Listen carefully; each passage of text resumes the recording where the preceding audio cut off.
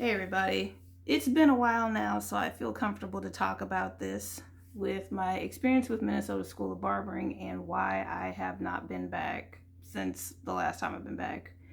You can go look at my review on Google Maps if you are more interested in where I'm going to be talking about in this video.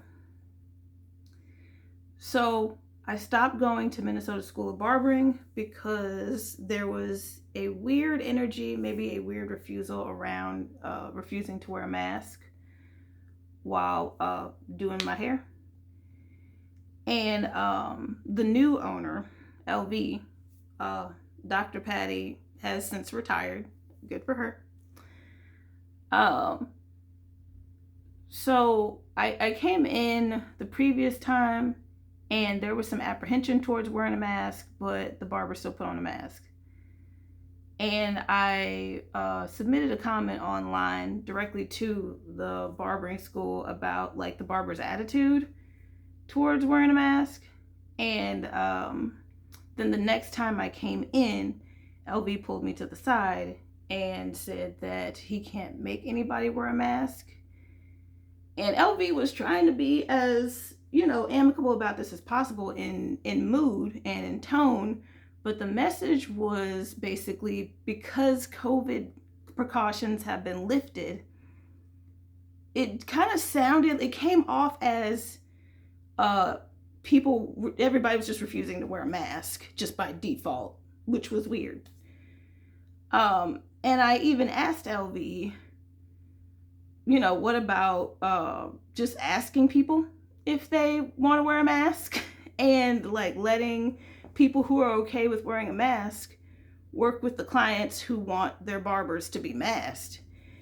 And LV repeated the same thing about since COVID precautions have been lifted, he can't force anybody to wear a mask when it's not about forcing people to wear a mask.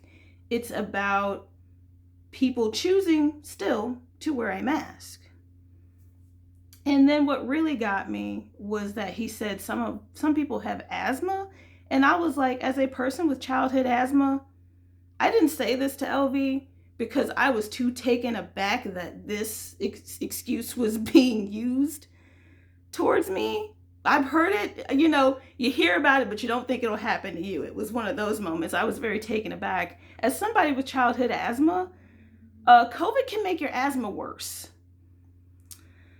Having asthma is no fucking fun.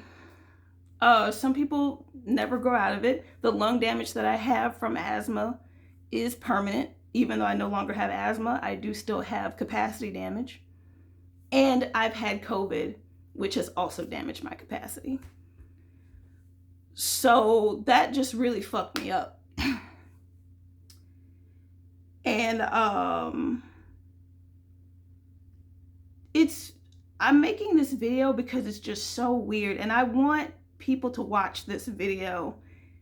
And if you can relate, please comment, because that is just so goddamn weird to have respiratory illnesses being used as an excuse to not protect yourself from a virus that has been characterized to primarily attack your respiratory system.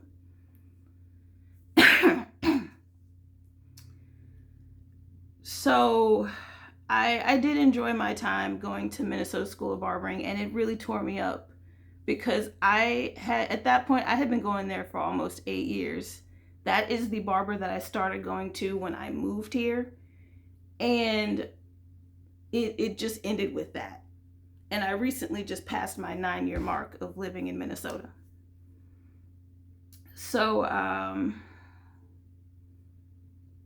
I feel more equipped to talk about it now because I have a lot of feelings in retrospect that I can better articulate.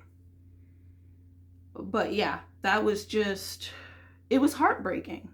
After 8 years of going to a place, it was absolutely heartbreaking that what made this come to an end was people not wanting to protect themselves and others from a virus that crosses the blood-brain barrier and can make people short-term or long-term or permanently disabled. That's what it boils down to.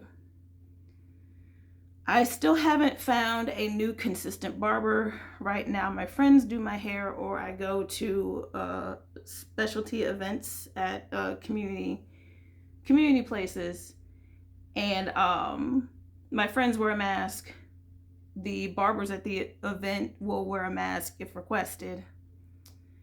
When I look at barbering websites on, like, to make an appointment with barbers online, the ones that I look at, they have, do you want your barber to wear a mask or not? So I also feel like the people going to the Minnesota School of Barbering are ill prepared for real life, because when they get out there in the field, they still don't have to wear a mask. Nobody's making anyone do anything, but they won't get clients that want their barbers to wear a mask, because that is going to be an option that people have that they're not introducing them to at the school. So yeah, that is my commentary on that, and I'm glad that I can really get this thought out. And also, this is about relatability, so if anybody can relate, it doesn't have to be this specific location, but just people making excuses for not wearing a mask.